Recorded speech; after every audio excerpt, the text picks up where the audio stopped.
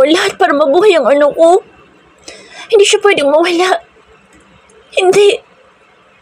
Patuloy ito sa pag-iyak habang ang asawa hindi na rin napigilan ng mga luha lumandas sa kanyang mga pisngi.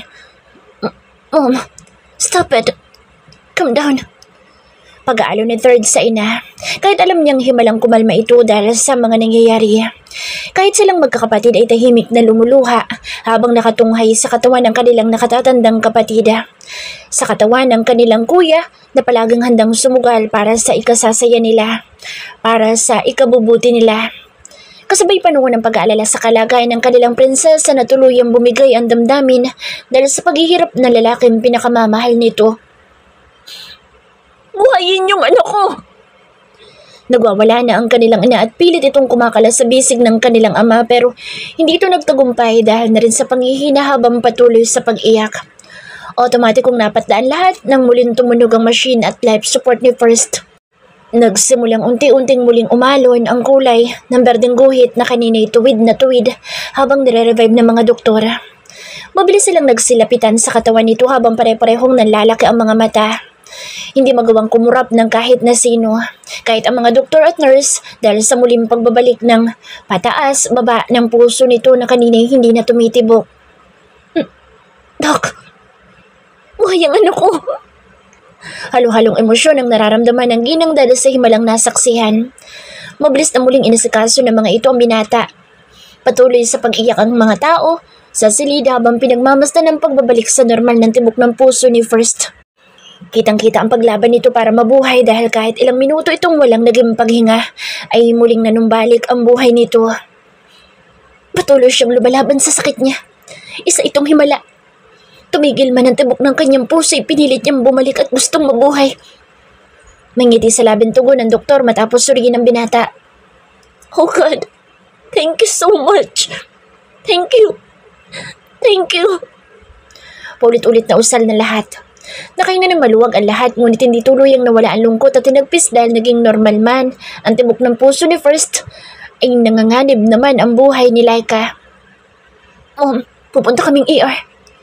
Mabilis na pagpapaalam ni Third na hindi na hinintay na sumagot ang ina dahil agad siyang tumakbo para kumustahin ang lagay ni Laika.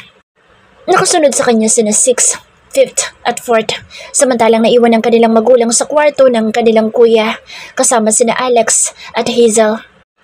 Kumusta po? Ang lagay ni Princess. Hinihingal man ay agad siyang nagtanong nang makita ang mga magulang ng dalaga na nagsisiiyakan sa labas ng ER.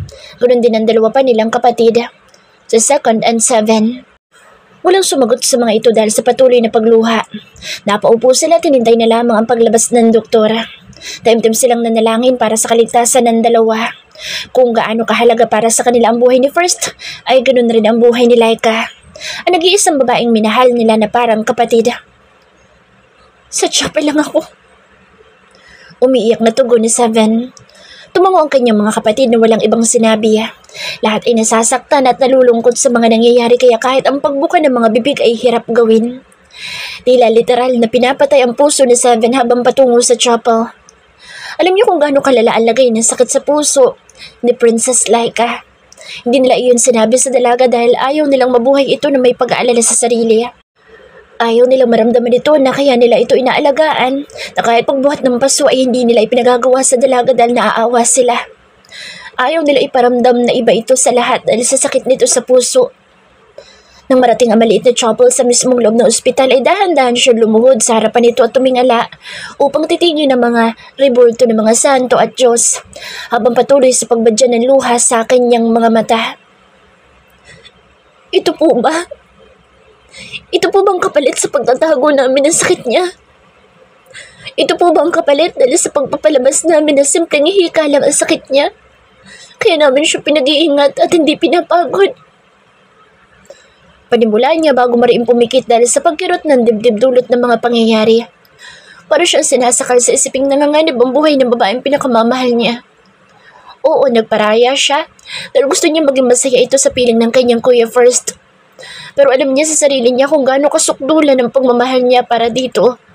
Kaya ngayon ay parang isa siyang kandilang nauupo sa posibilidad na mawala ito ng tuluyan at hindi na muling makita pa.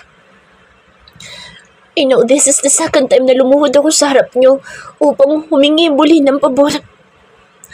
Munti ka na po siyang mawala sa amin noong mga anak siya.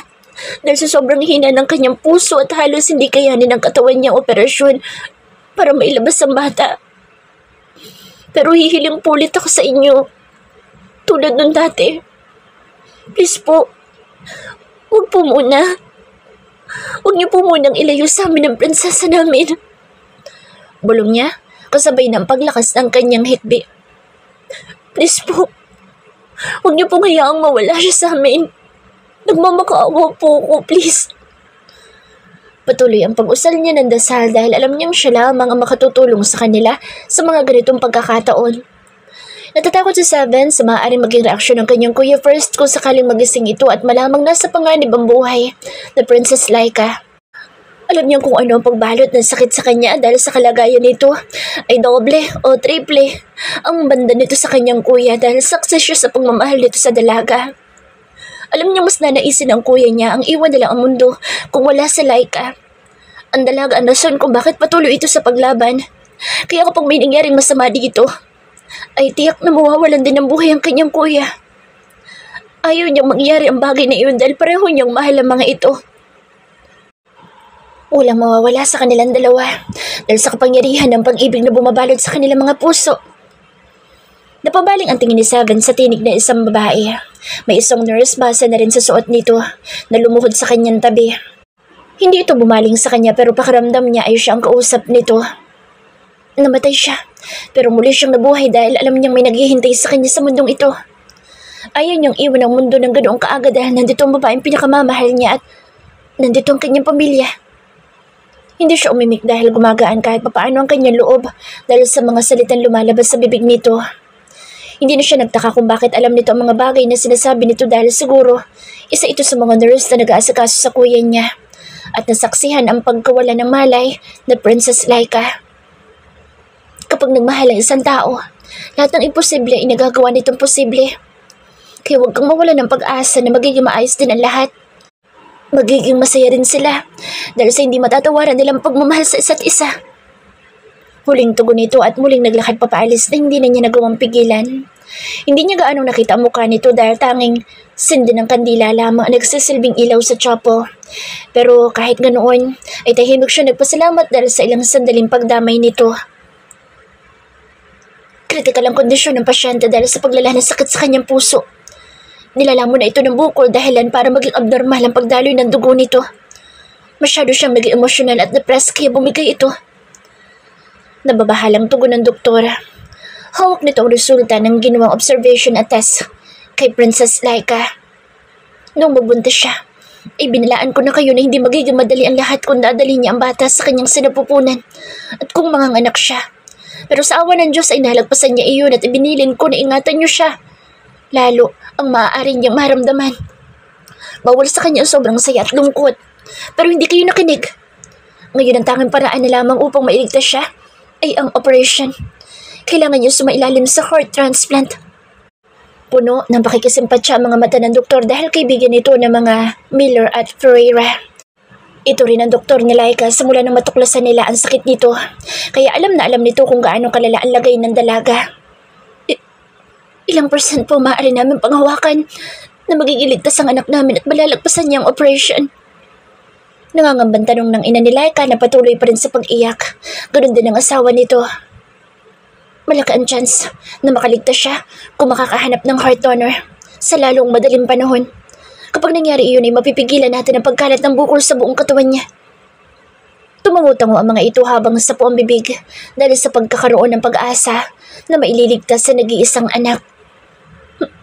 Baby, Princess Laika. Natigilan ang lahat ang nasa silid ng marinig ang napapaos na pamilyar na boses ni First. Nalaka ang mata nila nang makitang nakadilat na ang mga mata nito. Lingid sa kaalaman ng lahat na kanina pa ito nagising at nakikinig sa usapan. Pinili ng mga magulang ni Laika na dito sa silid ng binata pag-usapan ang tungkol sa dalaga dahil nandito ang doktor nito at ayaw nilang maistorbo ang anak na nasa kabilang kwarto lamang. Oh my God, Iho! You're awake! Hindi magkamayaw ang ina sa pagyakap at paghalik sa binata. Natigilan lamang ito na makita ang masaganang pagdaloy ng mga luha ni First habang balot na balot ng lungkot ang mga mata nito. Mom? Where's my Princess Laika? Para itong batang inagawa ng laruan dahil sa pagikbi at pagluha. Hinanginaman ito at pinipilit itong magsalita upang alamin ang kalagayan ng babaeng pinakamamahal. Walang nagtangkang sumagot, habang ang doktor ay mabilis na sinuri ang lagay ng binata. Wala itong tigil sa pag-iyak dahil sa kaalamang nanganganib din ang buhay ng kanyang Princess Laika. Mommy, please answer me. Nasaan po si Princess? Inilibot nito ang paningin sa buong silid, ngunit nang hindi makita ang figura ng hinahanap ay mas lalong lumakas ang pag-iyak nito. Wala siyang pakaalam kung napakahina niyang tingnan. Wala siyang pakaalam kahit kaawaan siya ng mga nakakakita sa kanya ngayon dahil mas mahalaga para sa kanya na makita si Princess Laika, ang babaeng dahilan ng patuloy niyang paglaban sa kanyang sakit. Nabubuhay siya para sa dalaga kaya labis-labis ang sakit na nararamdaman niya dahil sa panganib na ito. Nasa kabilang kwarto, kuya. Nahihirapan ang sabat ni Seven. Hindi niya matagalang makita ang kalagayan nito, kaya mas pinili niyang sabihin dito ang gusto nitong malaman. Nadarandaan lahat nang magpumilit itong tumayo at puno ng pagmamakaawang bumaling sa mga magulang. Pwede niyo po ba akong dalhin sa kanya? Gusto ko siyang mayakap at mahalagan. Pagmamakaawa niya. Kaya mo ba? Nag-aalalang tanong ng kanyang ina na mabilis niyang tinanguan. Yes, Mom. Mabilis na kumuha ang isang nurse ng wheelchair at doon siya inalayang umupo. Napapikit siya sa kirot ng kanyang ulo at pangihina ng buong katawan ngunit hindi niya yun ininda. Bago tuloy ang igiya sa kabilang silid ay malungkot na ngumiti ang binata at bumaling sa doktor. Sabi po ng doktor ko sa US, malakas pa ang puso ko. Kaya pwede bang ako na lang ang maging heart donor niya? Walang ni isang nakapagsalita dahil sa kanyang mga sinabi. Hindi man matupad ang pangarap ko na makaisang dibdib siya sa harap ng altar. At least, sa bandang huli magiging isa pa rin ang puso namin. Kasabay na muling pagpatak ng kanyang mga luha. First person over voice. Baby, di ba dapat ako nandyan sa nigan mo? Bakit inunahan mo ko? Nanginginig ang mga labi ko habang pinakakatitigan ng napakaganda niyang mukha. Para siyang anghel na natutulog dahil sa sobrang payapa ng kanyang mukha. Hindi nakabawas sa kanyang kagandahan ang pamumutla ng kanyang mga labi. Nakitang-kita sa transparent mask na nakatakip doon. Alam mo bang itong sitwasyon na kinatatakutan ko kaya ako nagpakalayo-layo? Wala akong panahon na punasan ng mga luha ko dahil sa nararamdaman. Nanginginig ang buong katawan dahil sa pinagsamang pangihina, dahil sa malubha akong sakit, at hapdi ng aking puso dahil ang babaeng buhay ko ay nakaratay sa hospital bed at hindi ko alam kung magigising pa. Mabilis akong umiling upang ipalis ang negatibong ideya na pumasok sa isip ko. Pinilit kong umalis sa wheelchair ko kahit hirap. Gusto ko kasing tabihan siya. Gusto kong isipin na natutulog lang kami na parang normal lang. Walang inaalalang sakit at walang problema. Nagpaiwan ako mag-isa dito sa kwarto niya. Kahit na ayaw ng mga kapatid at magulang ko. Lumuhod pa ako para lang pagbigyan na kahit ngayon lang ay masolo ko ang baby ko. Malungkot ako na pangiti nang sa wakas ay magawa ko ng tumabi sa kanya ng higa. Malaki ang hospital bed na para sa kanya kaya natuwa ako na magkasya kami doon. Bahagi akong inahis ng dextrose na nakakabit sa mga daliri ko at braso. Tumagilid ako para mapaharap sa kanya bago ko isiniksik ang mukha ko sa leeg niya at doon tahimik na umiyak. Inilabas ko lahat ng lungkot na nararamdaman ko sa kalagayan namin. Walang-wala ang halos kalahati ng buhay ko na paghihirap sa States para labanan ang sakit ko at pangungulila na malayo sa kanya. Sa sakit at hirap na nararamdaman ko dahil nakikita ko na sa critical siyang kondisyon. Baby, nagpa-check ako kanina kung pwede ako na lang maging heart donor mo. At kapag lumabas ang resulta na match tayo, ay masaya akong ibibigay ang puso ko sa'yo. Hinalikan ko siya sa pisngi. Pumatak ang luha ko doon na dahan-dahan kong pinunasan. Hinalikan ko siya sa mask na nasa tapat ng kanyang mga labi habang patuloy sa paghagulhol. Hindi ko magawang tumigil sa pag-iyak dahil kahit ang puso ko'y umiiyak rin. Lord, please. Ako nilang pahirapan niyo. Huwag lang po ang babaeng mahal ko. Sa akin mo na lang iatang lahat ng paghihirap dahil alam kong kakayanin ko. Huwag lang po makita siyang ganito. Lahat na ng panalangin ay nausal ko na sa aking isipan habang lumuluha. Princess like ako. Gising ka na. Huwag mo naman akong paiyakin ng ganito. Gising ka na para makagawa pa tayo ng magagandang memories. Kapag umising ka, patuloy ako lalaban sa sakit ko para sa'yo. Sandali ako natigil dahil sa pagpiyok at pagmamaos ng boses ko. Kapag hindi ka gumising, walan ako ng rason para mabuhay. Hindi ko kakayanin na lumaban pa. Kung ang dahilan ng paglaban ko, iiwanan na ako. Please, gumising ka na. Puno ng pagmamahal kong hinaplos ang kanyang walang buhay na malambot na palad. Kung nagsasalita lang ang mata at puso, ay siguradong kahit abutin ng habang buhay, ay hindi matatapos ang pagsasabi nito kung gaano ko kamahal ang babaeng nasa tabi ko ngayon. Mula pagkabata ay siya lang ang minahal ko at patuloy na mamahalin. Nang makita ko siya na ipinanganak siya noon, ay doon ko simulang natutunan ang definasyon ng pagmamahal na higit sa isang pamilya at kapatid. Sa sobra-sobra kong pagkahulog sa kanya, hindi sapat ang kahit anong salita para ilarawan kung gaano ako kabaliw sa kanya. Matagal ko na siyang pinapangarap. Matagal ko nang gustong pakasalan siya at mamuhay ng masaya kasama siya, pero ang tadhana ang naglalayo sa amin.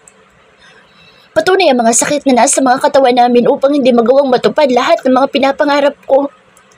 Ang pangarap kong iharap siya sa altar, gumawa ng masayang pamilya at mga anak kasama siya. Ang sakit-sakit na baby ko. Bulong ko sa kanyang tenga. Hindi ko na maisip ang sarili ko na humihinga ako, tuluyan niya akong iiwan. Hindi ko kaya. Total pagod na rin naman ako sa paglaban sa sakit kong hindi gumaling-galing. Sasabay nila ako sa pag-alis niya. At least alam kong kapag nasa kabilang buhay na kami, maaari kami magkasama doon ng tuluyan. Walang problema o sakit na dapat alalahanin. Daddy? Marin ako napapikit nang marinig ang malambing na boss na iyon, ngunit halata ang paggaralgal nito. Pilit ako ngumiti habang pinapalis sa mga luha sa pisngi ko bago harapin ang pangalawang babaeng mahal ko. Si Lian, ang anak namin ni Princess like ako. Come here, honey. Tawag ko sa kanya dahil nanatili lang itong nakatayo sa nakabukas na pintuan. Umiiyak siya. Isang bagay na nakadagdag sa lungkot na lumulukob sa sistema ko. Dahan-dahan siyang naglakad papunta sa harap namin ng mommy niya. Saka siya niyakap ng mahigpit. Humagulhol si Lian ng sobra at ganun din ako. Alam mo po, palagi ako nagsusungit sa kanya at nagtataray para kahit paano. Maalala niya po kayo. Noong mga panahong nawalan siya ng alaala. Sumbong niya habang nakasubsob sa dibdib ko. Palagi din po ako may dalang books at pillow. Tulad ng palagi niyong ginagawa noon. Para ipaalala sa kanya na may daddy ako. Nakilala ko ang tunay kong daddy at nasasaktan po ako dahil hindi kayo masaya pareho. Sumikip ang dibdib ko at nahirapan ako makalunok habang naririnig ang mga salitang lumalabas sa bibig ng batang nasa murang edad. Ang anak ko nabunga ng labis-labis na pagmamahal ko sa kanyang ina. Ramdam ko ang lungkot niya kaya mas lalo akong natulero dahil hindi ko alam kung anong dapat na gawin. Hindi ko alam kung paano ko aalisin lahat ng paghihirap na dinadanas namin ngayon. Mahal na mahal namin ang isa't isa pero bakit hindi pwede? Bakit napakaraming hadlang at dahilan para hindi kami maging masaya? Palagi kang kinukwento sa akin ni Daddy Seven. Simula nung magkaroon ako ng malay sa buhay na meron ako at ang pinagdaanan niyo noon ni Mommy. Panay pa rin ang kanyang paghagulhol na tumingala siya sa akin. Dahilan para makita ko masaganang pag-agos ng kanyang mga luha. Kamukhang kamukha siya ng mommy niya pero ang pagsimangot at pagiging mailap ay kuhang-kuha niya sa ugali ko. Naalala ko noong huling buwan nang muli akong tumapak sa Pilipinas na magkita kami sa bookstore. Nabakas ko ang labis na saya sa mata niya kahit nakasimangot ang mukha. She even called me daddy na bulong lang na tila sa sarili lang niya sinabi. Doon ko nalaman na kilala niya ako, na nagdulot sa akin ng matinding kasiyahan. At At nang makarating ako sa mansyon ng pamilya ko ay nakita ko siya sa garden at mabilis niya akong dinamba ng yakap. Sa mga sandaling yun, buling na buong pag-asa ko na magiging masaya kaming pamilya kasama ang Princess Laika ko. Hindi siya nagalit kung bakit wala ako sa tabi niya nang lumaki siya. Dahil naiintindihan niya daw at hindi nagkulang sa 7 sa pagpapaalala at pagkukwento sa kanya kung sino ako. And I really thank my younger brother for taking care of my Princess Laika and my daughter. Sa ginawa niya napatunayan ko na nasa lahi namin ang pagiging selfless, lalo kung kapamilyang masasaktan ang pinag-uusapan. Gusto ko pong maranasan na magkaroon ng masayang pamilya. Gusto ko pong nasa tabi ko ang mom at daddy ko. Tila nagmamakaawa ang boses niya habang mahigpit na nakakapit sa damit ko. Nag-iwas ako ng tingin dahil pinipiga ang puso ko sa nakikitang pagmamakaawa niya. Sa murang edad, ay naiintindihan na niya ang nangyayari sa kanyang paligid. Naalala ko ang kanyang ina sa kanya. Parang matanda ko umasta kahit ang totoo'y bata pa. Hinapos ko ang kanyang maliit na mukha bago pilit na ngumiti. Pwede bang si mommy na lang ang tutupad ng pangarap mo, honey? Malambing kong tanong na mabilis niyang inilingan. Libo-libong kirot ang dumapo sa kalooban ko dahil sa mas lalong paglakas ng kanyang pag-ihap. Ibibigay kasi ni daddy mo ang heart niya kay mommy mo para sa mommy ang mabuhay. Hindi naman mawawala si daddy dahil ang puso niya palaging titibok para kay mommy mo. Mas lalong lumakaambikig sa akin lalamunan sa mga salitang sinasabi ko sa kanya. Parang nagbibilin lang ako na wag siyang lumabas ng bahay. Nakakaawa ang kalagayan namin pero lalaban kami ng sabay-sabay. Love conquer all. Corny man, pero yun ang paniniwala ko simula nang magmahal ako. Lahat gagawin ko para maging masaya at maayos ang mga mahal ko. Malulungkot po si mommy. Ngumiti ako dahil sa pagtawag niya ng mommy sa Princess Laika ko. Siguro nga tulad ko talaga itong anak ko. Tough outside, but soft-hearted inside. Maintindihan niya rin, honey. Maintindihan niya rin. Bulong ko, pero ang totoo hindi rin ako sigurado sa pwedeng maramdaman ni Princess Laika kapag nalamang wala na ako at nasa kanyang puso ko. Sir, kailangan niyo na pong bumalik sa kwarto niyo. Pareho kami napabaling sa isang nurse na hindi namin namalayang dumating. Muli akong bumaling sa babaeng pinakamamahal ko, tinalikan siya sa pisngi at mask. Bumulong ako. Don't worry. Kapag nagising ka na wala na ako, nasa iyo naman ang puso ko. Isang linggo na ang lumipas simula ng unang dalawin ko ang silid na Princess Laika. At sa araw ding iyon, nalaman kong maaari nga akong maging heart donor niya. Nag-iyakan sila at tutol sa desisyon ko pero kahit anong gawin nila ay alam ko kung ano ang sinabi ko, ayun ang mangyayari sa bandang huli. Araw-araw ko namamatay dahil hindi rin gumigising ang babaeng mahal ko. Samantalang ako isang linggo nang nagpapalakas para paghandaan ang magiging operasyon. Ang pagbibigay ko ng puso ko kay Princess Laika ko. Malaki ang tsansa na kakayanin namin parehong operasyon lalo't nakikita ko na lumalaban siya. Nilalabanan niya ang sakit niya. Kuya, nilungan ko ang pamilyar na boses na nagmumula sa likod ko. Nandito ako ngayon sa garden ng hospital. Nakaupo sa wheelchair habang nagpapalipas ng oras. Bakit, third? Nang makalapit siya, hindi agad siya sumagot at binalot kami ng panandali ang katahimikan. Alam kong kakausapin niya ako upang kumbinsihin na magbago ang isip, pero sa ilang ulit nilang ginawa iyon ay tuloy pa rin ako sa pagtanggi. Bukas ng operasyon, dahil pwede na mga katawan niyo. Hindi na ba talaga magbabagong isip mo? Nakatingin siya sa malayo at ganun din ako. Kung magbabago lang pala ang isip ko, edi sana hindi na ako nagpresenta. Kunwari natatawa ako at ayaw ipahalata ang lungkot na nasa kalooban ko. Nasasaktan kami dahil sa desisyon mo, kuya. Nasasaktan din ako dahil iiwan ko kayo. Pero pangit man sa pandinig, ay masaya naman ang puso ko sa isiping mabibigyan ng pagkakataong muli na mabuhay na matagal ang babaeng mahal ko. Naalala ko ang masayang ngiti ng baby ko kaya napangiti rin ako. Ayoko mawala ang ngiting iyon kaya ginagawa kong sabayan na rin ang labis na pagmamahal. Tumitig siya sa mga mata ko. Ganun mo siya kamahal? Walang pag-aalilangan akong tumango. Walang makakasukat sa labis na pagmamahal na nararamdaman ko para sa kanya. Kailangan ba talagang may magsakripisyo? Hindi makapaniwalang tanong niya. Kailangan. Dahil kapag pagmamahal ang pag-uusapan, nandoon na masasaktan ka. Magsasakripisyo, iiyak at sasaya. Maintindihan mo kapag nagmahal ka na. Kahit imposible, magagawa mong posible, bro. Nag-iwas siya ng tingin pero hindi. Nakatakas sa tingin ko ang lungkot na bumukas sa kanyang mga mata. Alam kong nasasaktan din siya sa sitwasyon namin ni Princess like ako kahit hindi niya sabihin. Hindi ako magmamahal.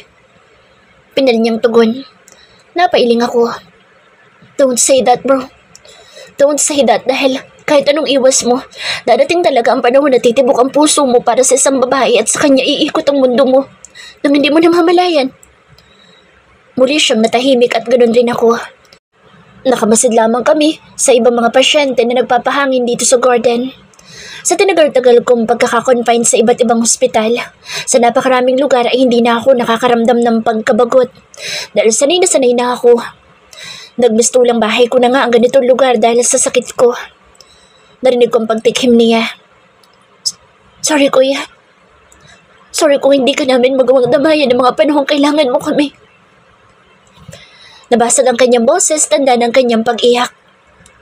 Tiningala ko siya at hindi nga ako nagkamali dahil masaganang dumadaloy ang mga luha ni Third. Pilit akong ngumiti at tinapik ang balikat niya. Don't say it. Wala sa akin yun dahil alam kong hindi nyo naman alam at hindi ko naman talaga gustong ipaalam. Isa pa, na mga panahong yun alam kong si Princess Laika ko ay naalagaan nyo kaya sobrang pagpapasalamat ko sa inyo. Dahil inalagaan nyo siya na dapat akong gumagawa. Kahit tutol ako sa desisyon mo, hindi ko maiwasang hindi kahangaan. Niyakap niya ako na mahigpit bago bumulong. I'm so proud of you, kuya. I'm so proud na may kuya kong tulad mo na totoo kong magmahal. Kinabukasan, napuno ng mga hagulhol, iyakan at hilagpis ang buong silid habang binibihisan ako ng panibagong hospital gown. Ngayon na mangyayari ang operasyon at hanggang ngayon ay tutol pa rin sila sa desisyon ko. Mahigpit nila akong yakap dahilan para mapaiyak rin ako dahil alam kong nalulungkot din ako sa katotohanan ng iiwanan ko na sila. Para ito sa babaeng mahal ko at wala akong makapang panghihinayang sa gagawin ko. Lungkot, meron. Pero malayo sa panghihinayang dahil ni minsan hindi ako manghihinayang sa isang bagay kumpara sa babaeng pinakamamahal ko. Huling yumakap sa akin si Hazel. Saksi ako kung gaano mo kamahal ang batang iyon.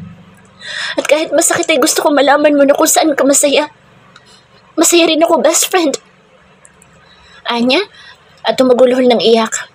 Habang haplos sa mukha ko, gumanda ako ng yakap sa kanilingon sa Alex na nasa likod ko. Pare, pakialagaan itong best friend ko ha, at ang inaanak ko. Yes, bro. Nakita ko rin ang pag-iyak nito. Dinamba ako ng yakap ni Lian matapos ang matatanda. Daddy, don't do this, please. Pagmamakaawa niya. Kapag hindi ko ito ginawa, si mommy mo naman ang mawawala. Mariin kong nakagat ang mga labi ko dahil sa pagkawala ng hikbi. Ito na ang huling sandali na mayayakap ko ang anak ko. Mahigpit kong kinulong ang mga batang katawan niya sa mga bisig ko. I love you, my daughter. Please, antayin mo lagi si mommy mo. Lumakas ang kanyang pagagulhol, ganun rin ako. Napahiwalay lamang ito nang ang mga magulang naman na Princess Like ang lumapit sa akin. Lumuluhan din ang mga ito at nangunguna sa pagtutol kahit pa ang gagawin ko ay para sa anak nila. Iho, gusto kong magbago pang isip mo dahil alam kong malulungkot na naman ang unikaihan namin. Kapag nalaman ito, ulit ayaw mo magpapigil. Panimula ni Tita Mi. Yumakap siya sa akin na mahigpit tulad ng iba. Hindi namin alam kung paano ka pasasalamatan dahil sa sobrang pagmamahal mo sa aming anak, Iho. Singit ni Tito D. Kaya hayaan mo kami gawin isang bagay na alam naming makapagpapasaya sa inyo pareho. Magtatanong pa lang sana ako sa kanya kung ano ibig niya sabihin, ngunit Natigilan ako dahil sa pagsulpot na isang pare sa aming harapan. Mas lalong dumagsa ang aking mga luha dahil sa napagtanto. Tumingin ako sa reaksyon ng lahat. Pare-parehong lumuluha, ngunit ngayon ay may mga ngiti na sa mga labi. Kahit ang mga magulang ko, tila sinasabing sana maging masaya na ako. Thank you, Tita May. Tito D. Nanginginig ang mga labi ko sa sari-saring emosyon. It's Daddy. Call me Daddy, iho. At tawagin mong Mommy ang Tita May mo. Dahil doon, ay ako ang yumakap sa kanila ng mahigpit. Masaya akong napangiti habang umiiyak. Dahil sa isiping, ikakasal kami ni Princess Laika. Hindi na nila pinatagal pa. Pagkatapos akong bihisan ay mabilis na inayos ng mga doktor at nurses ang lahat upang matuloy kami sa operating room. Nakita ko ang walang malay na katawan ni Princess Laika. Agad na itinulak ni Daddy ang wheelchair, papalapit doon. Mahigpit kong hinawakan ang kamay ng baby ko, yung walang dextrose. I love you so much, my princess. Tugon ko na puno ng pagmamahala sa harap ng lahat. Ngumiti ako nang makita silang lahat na nakamasid sa amin. Kitang-kita ko kung paano nila pigilan ang kanilang mga luha. Ngunit hindi nila nagawa.